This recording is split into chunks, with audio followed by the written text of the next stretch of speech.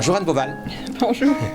Vous êtes directrice de l'école des mines de Nantes. Votre école doit fusionner au 1er janvier 2017 avec Télécom Bretagne.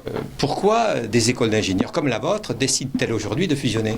Alors en fait, nous avons choisi de lancer ce projet de création d'une nouvelle école parce que nous étions, je dirais, attentifs aux évolutions des besoins de nos partenaires industriels. Et on sait qu'en rapprochant les deux écoles actuellement, on a la capacité de créer une école qui, en conjuguant en fait, le numérique, l'énergie et l'environnement, qui sont nos compétences, permettra de mieux répondre aux besoins de l'industrie, de la société, et de contribuer à les transformer. Alors, on constate dans l'environnement de l'enseignement supérieur et des grandes écoles d'ingénieurs cette tendance à fusionner.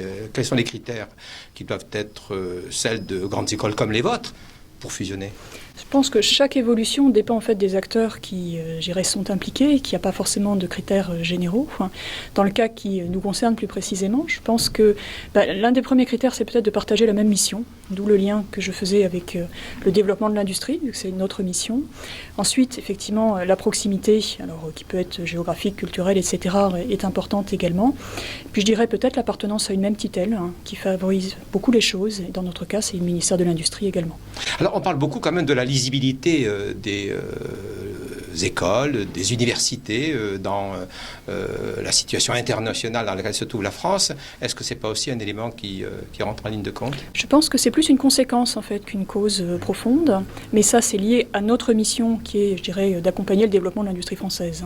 Donc du coup je le reformulais ainsi.